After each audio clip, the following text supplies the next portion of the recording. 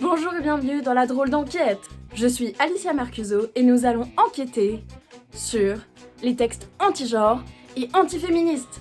Pour cela, nous allons voir 3 textes. Le premier se nomme Habemus Gender, autopsie d'une obsession vaticane. Le deuxième texte se nomme Pourquoi la guerre sur les questions d'idéologie de genre est importante et pas seulement pour les féministes. Antigendérisme et crise de la démocratie néolibérale. Troisième texte se nomme Anti-Gender Politics in Latin America. Nous allons tout d'abord réaliser des résumés de ces textes, puis nous irons interroger des internautes afin de connaître leurs avis sur ces textes. Merci d'avoir écouté ma présentation. Maintenant, je vous laisse passer au contenu. Nous voilà maintenant avec notre interrogé. Bonjour, je m'appelle Scarlett et je suis un rasoir. Je vais aujourd'hui vous parler du texte Habemus Gender, autopsie d'une obsession vaticane. Alors, c'est un colloque international qui s'est tenu du 14 au 15 mai à l'Université libre de Bruxelles. Pour ma part, j'ai retenu qu'il y avait un objectif général dans ce colloque qui était de mieux comprendre le discours sur l'idéologie ou la théorie du genre qui se répandait depuis peu avec force dans l'espace francophone. Mais j'ai également relevé qu'il y avait 4 objectifs précis. Le premier, étudier la genèse et les fondements du discours sur l'idéologie théorie du gender, ainsi que les différents domaines dans lesquels il se manifeste. Ensuite, le deuxième est retracer les canaux et les mécanismes de diffusion de ce discours, ainsi que les stratégies dans lesquelles il s'inscrit dans un contexte tant national que supranational ou transnational. Le troisième objectif est explorer les conditions dans lesquelles ce discours fonctionne et la raison de son succès dans certaines sociétés ou institutions internationales. Et enfin, le quatrième objectif est d'étudier les alliances et les transferts entre religions. Par conséquent, afin de répondre à ces objectifs, 40 chercheurs sont venus de 8 pays différents pour discuter de leurs travaux auprès de 150 personnes. Mais le problème de ce colloque international est qu'il a été largement médiatisé et attiré les opposants des théories du genre. Par exemple, dans le texte, il nous parle des membres de Kiwitas qui ont collé des autocollants pour défendre les valeurs de la famille traditionnelle. Les chercheurs, lors de ce colloque, se sont intéressés à l'année 2012, lorsque les polémiques sur le genre ont explosé en France, car les mobilisations des Français contre la loi Taubira autorisant le mariage des personnes de même sexe a explosé. La conclusion des chercheurs est que il y a un héritage intellectuel qui est à l'origine de ces politiques anti-genre. Pour citer, Camille Roxis a ainsi montré avec brio le point d'un héritage intellectuel spécifique, combinant familialisme, politique, psychanalyse lacanienne et une certaine vision structuraliste de l'anthropologie sur la manière de penser la filiation et par extension la famille. Ainsi, on peut retenir que l'idéologie du genre est le résultat de contre-stratégies du Saint-Siège qui est opposé à l'homosexualité, le droit à l'égalité entre les sexes, la contraception, etc. En effet, il pense que tout cela peut mettre l'humanité en danger. Donc, la religion est le produit des hommes, elle est historiquement située et géographiquement située, même si elle évolue à travers le temps, ce qui provoque donc des mesures anti-genre. Toutefois, cette conclusion nous amène à faire des sortes de disclaimers, car ici on nous précise bien que ce ne sont pas toutes les religions qui sont concernées par l'hostilité envers les femmes et le catholicisme est une religion diversifiée, alors il est difficile de pointer cette religion comme la source des politiques anti-genre. Pour moi, les concepts à retenir sont celui de la religion, du genre, du catholicisme, du sexe, de l'homosexualité et de la famille. Pour ma part, j'aurais une critique. La lecture n'est pas accessible à tous. En effet, la lecture n'est pas accessible à tous parce qu'elle est plus pertinente lorsque le lecteur dispose de connaissances préalables sur les théories du genre. Pensez à moi, je suis un rasoir, je suis un objet. Bien évidemment, j'ai une vie, mais je n'ai pas pu faire d'études malheureusement. Alors pour moi, c'est très compliqué de comprendre certains textes. C'est pour ça que j'ai besoin de réaliser cette critique et merci de me donner la voix. Ainsi, vu que je n'ai pas fait d'études, et puis bien sûr j'ai toujours des petites questions qui me trottent en tête, je me demandais pourquoi les conservateurs combattent le sentiment amoureux entre personnes de même sexe plutôt que de combattre les violeurs par exemple ou les meurtriers. Donc Je ne peux qu'émettre une supposition car je ne suis pas certaine, mais je suppose que les conservateurs sont des hommes qui souhaitent également conserver ce privilège d'esclavagisme sexuel. J'ai mon ami Rasoir qui m'a déjà parlé de Colette Guillaumin, donc je pense que je pourrais faire un lien avec son explication. Il y aurait peut-être une histoire de sexage là-dedans, mais je ne suis pas certaine. Donc voilà, veuillez prendre en compte le fait que je n'ai pas fait d'études pour m'aider. Ce serait très gentil. Et puis aussi, j'aimerais quand même dire que cette lecture m'a permis de faire, de faire un lien avec mon vécu. En effet, donc après avoir effectué ma lecture du texte, qui s'intéresse à un moment à la manif pour tous, j'ai pu comprendre que les personnes contre le mariage homosexuel mobilisent l'argument de la nature. Donc, de ce que je connais par mon ami Rasoir qui a fait des études, il y aurait, quelque chose de nature-culture. Donc, j'ai l'impression que dans la vie de tous les jours, on mobilise cet argument, mais vu que je n'ai pas fait d'études, cet aspect de nature-culture, lorsqu'on m'en a parlé, a tout de suite éclairci ma vision de la vie. Ainsi, je voulais dire que la théorie qui a plus poussé cet aspect de nature-culture, mais d'une manière assez inconsciente, m'a permis d'avoir une réflexion et qu'effectivement, l'argument qui me mobilisait en fait semble être un argument de nature, si j'ai bien compris, mais encore c'est une supposition, mais j'ai l'impression que ce texte a apporté quelque chose de nouveau dans ma vision de la vie, en tant que Rasoir, et c'est vraiment très agréable. Donc je suis vraiment contente que la drôle d'enquête m'ait permis d'avoir accès à cette lecture. Bonne journée, merci. Eh bien, merci à Madame Rasoir. Nous allons maintenant passer au deuxième texte. Bonjour, moi c'est Colette, je suis un four. Alors moi, pour ma part, j'ai fait la lecture du texte. Attendez, il me semble que c'est Pourquoi la guerre sur la question d'idéologie de genre est importante et pas seulement pour les féministes. Oui, il me semble que c'est bien ça, oui. Alors, ce texte nous parle de l'égalité femmes-hommes qui n'a pas été atteinte en Europe. Donc pour citer, j'ai noté que les femmes européennes sont à mi-chemin de l'objectif d'atteindre l'égalité avec les hommes. Et puis donc ça apporte une conséquence, c'est que la situation des femmes en Europe ne s'est pas améliorée au cours de la dernière décennie, et les pays comme la Hongrie, la Pologne, la Slovaquie et la Tchéquie sont en retard par rapport aux pays fondateurs de l'Europe comme la France ou l'Allemagne. Le texte nous dit même qu'il y a une menace présente dans certains pays européens. Alors, je cite encore, j'aime beaucoup citer, dans des pays tels que la Croatie, l'Allemagne, l'Italie, la France, la Lituanie, la Pologne, la Russie, la Slovaquie et la Slovénie, le consensus construit après la Seconde Guerre mondiale sur les droits de l'homme est actuellement menacé sur des enjeux tels que l'égalité homme-femme, l'éducation sexuelle, les droits des LGBTQ+, les droits liés à la sexualité et à la maîtrise de sa fécondité. Ainsi, dans ce texte, on va chercher à détecter les acteurs qui mettent en péril l'avancée des pays européens. Et en fait, ici, dans le texte, on met l'emphase sur les églises, les associations confessionnelles et conservatrices, et puis bien sûr les politiciens de droite. Donc l'antigenrisme est une question féministe et une menace pour la démocratie libérale, et c'est vraiment un point qui m'a extrêmement interpellée. Et donc, moi, vu que ça m'a vraiment interpellée, je me suis intéressée, mais pourquoi ? Excusez-moi, c'est moi le grille-pain, j'ai sauté. Je suis désolée, Madame le four. Oh, c'est pas grave, Monsieur le grille-pain. Alors oui, donc j'en étais. Donc il y a des masses de gens qui se radicalisent contre la démocratie libérale parce qu'ils vivent dans un contexte d'exclusion dans la participation sociale. Ainsi, ceux-ci craignent en fait l'insécurité. Et c'est les conservateurs qui profitent de cette insécurité des masses pour les rassurer. C'est ça qui est dangereux en fait pour la démocratie libérale.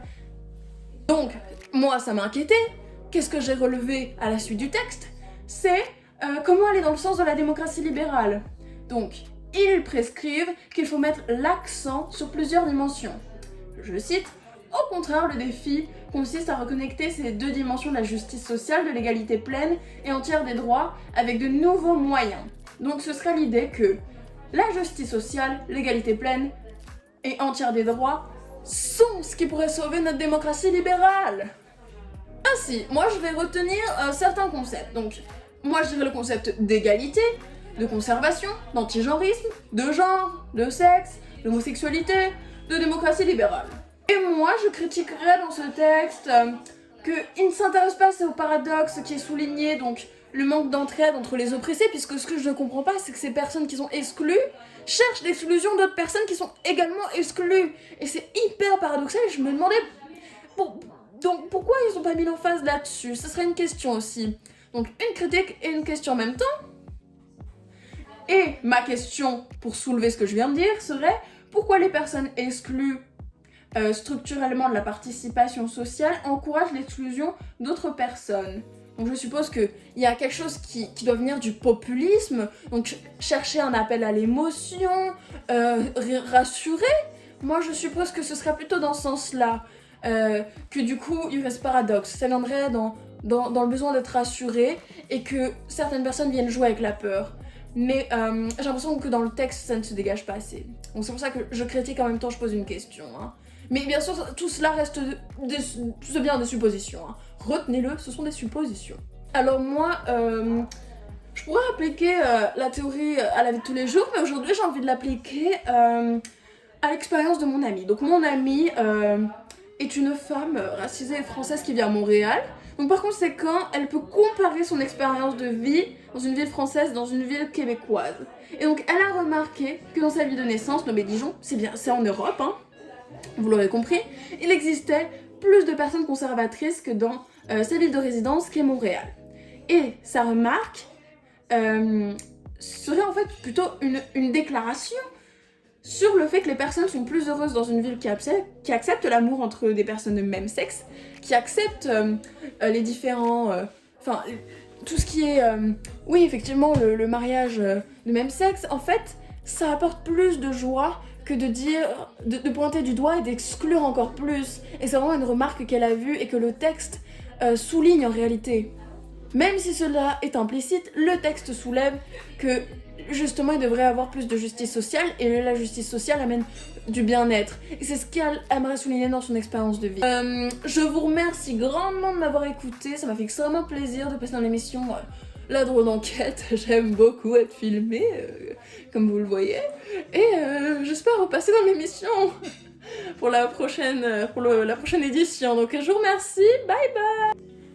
Je remercie grandement Madame Le Four pour avoir participé à notre émission à La Drôle d'Enquête. Maintenant, nous allons suivre une autre personne qui a répondu à notre appel et qui a lu le dernier texte. Donc je vais vous proposer de l'écouter. Merci. Bonjour à tous, je m'appelle Lisa Mascara. Vous êtes actuellement dans ma bibliothèque. J'ai été contactée par l'émission pour parler du texte Anti-Gender Politics in Latin America. Ce texte est un avant-propos et a été écrit par Sonia Correa et Richard Parker, et tous les deux ont débuté leur analyse et leur cartographie sur les politiques anti-genre en Amérique latine en 2017. J'ai constaté au premier abord que les deux chercheurs ont été motivés par leur découverte en 2016. Donc, en effet, les deux chercheurs et leurs partenaires européens ont remarqué qu'il était possible d'identifier des signes politiques dans un contexte régional. Toutefois, les deux chercheurs ont conclu que les signes politiques européens n'étaient pas les mêmes qu'en Amérique latine. Alors, quand je parle de signes politiques, je parle de signes politiques, des politiques anti-genre.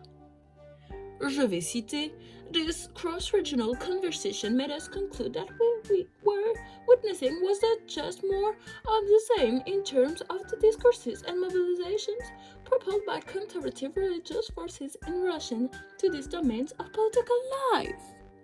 Les deux auteurs vont alors se concentrer sur l'Amérique latine et vont découvrir que le langage du genre est devenu prédominant après l'année 2016.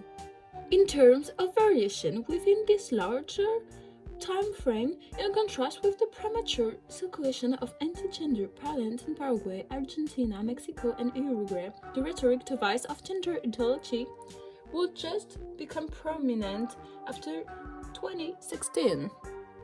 Comme vous l'aurez compris, donc après l'année 2016, les mouvements contre le genre se sont intensifiés en Amérique latine. Moi, je peux vous donner un exemple issu du texte, c'est celui de Con mi hijos no te metas, qui est contre l'éducation sexuelle au Pérou. En s'intéressant du coup au langage du genre qui apparaît en 2016, les chercheurs se sont intéressés à 9 pays d'Amérique latine et ont remarqué la présence de 2 points communs dans la mise en place de ces politiques anti-genre. Le premier point commun est le chevauchement complexe entre l'ancienne infrastructure politique anti-avortement catholique et l'assemblage beaucoup plus hétérogène d'acteurs religieux et laïcs. Le deuxième point commun se situe au niveau des contours politiques de la politique anti-genre. Je cite: One of these common thread in intricate overlapping between the order, Catholic anti-abortion political infrastructure, and the much more heterogeneous assemblage of religious and secular actors that constitute or orbit around more recent anti-gender formations. Mais ce n'est pas tout, puisque les chercheurs nous annoncent qu'ils ont trouvé une caractéristique de la politique anti-genre en Amérique latine. Celle-ci intervient dans l'articulation entre l'antimarxisme et les images construites. But in Latin America, the most prominent trait of anti-gender discourse is that it is usually deployed in articulation with anti-Marxist discursive and imagery constructs. Après nous avoir donné plusieurs informations sur les caractéristiques et l'apparition du langage anti-genre, les 2 chercheurs se sont intéressés aux effets. Donc, les politiques anti-genre sont au cœur des érosions démocratiques et des dérives d'extrême droite. Afin de mieux comprendre pourquoi, ils sont allés voir l'auteur Brown, et celle-ci avait remarqué que le néolibéralisme avait un impact négatif sur la démocratie libérale, car il a un impact en fait en termes de précarité. Donc, cet effet des politiques anti-genre qui est l'anti-démocratisation provient de cette précarité du néolibéralisme. Pour mieux comprendre les effets structurels, il faut donc réaliser des analyses structurelles sur ces pays. La première analyse chercherait à examiner les trajectoires de démocratisation et la deuxième analyse viserait à s'intéresser aux politiques religieuses néoconservatrices. Donc, pour conclure, ceci nous précise que la violence structurelle qui alimente la haine doit être nommée et comprise comme un autre déficit majeur de la démocratisation. J'espère que j'ai plutôt bien expliqué, mais en tout cas, je voulais vous donner quelques concepts à retenir. Anti-genre, néolibéralisme, structure, conservatisme et genre. J'ai bien sûr une critique, le texte manque de définition. En effet, le texte ne définit pas le structuralisme ou les politiques anti-genre par exemple. Par conséquent, cela a tendance à perdre le lecteur dans le déroulement des arguments, parce que moi j'aime bien comprendre tous les points importants, et ça a été compliqué. Mais je vais quand même m'avancer, c'est de poser une question aux chercheurs. Pourquoi la peur liée à la précarité amène la haine vers les minorités? J'ai une supposition. Je suppose que les conservateurs jouent avec la peur des individus dans cette situation de précarité et leur donnent un souffre-douleur qui est la minorité. Ce souffre-douleur qui est la minorité est en réalité la cause de souffrance pour ces personnes, ce qui n'est bien évidemment pas vrai. Comme vous pouvez le voir, je suis dans ma bibliothèque et j'adore lire. Donc cette théorie m'a complètement rappelé mon livre, qui est bien sûr mon livre préféré, celui d'Angela Davis, Femmes, race et classe. En fait, dans ce livre, elle dénonce que les pauvres riches hommes blancs ne gagnent pas en étant haineux envers les personnes racisées. Et clairement, ça m'a rappelé cet effet de souffre-douleur, d'être exclu contre exclu. C'est pour ça que j'appliquerai cette théorie à ma vie de tous les jours, comme faisant partie de mon livre préféré. Je sais pas si c'est clair. Je veux dire en fait que moi, dans la vie de tous les jours, j'apprécie ce livre. Et cette théorie m'a complètement rappelé ce livre. Enfin, parce que c'est moi qui dois avoir le travail supplémentaire, je vais faire des liens entre tous les textes. Donc, ils s'intéressent tous à la manif pour tous, ils voient un danger pour la démocratie libérale, et ils cherchent à trouver les sources des politiques anti-genre. Je vous remercie pour votre écoute, j'espère que la vidéo ne sera pas trop longue et vous aura amusé.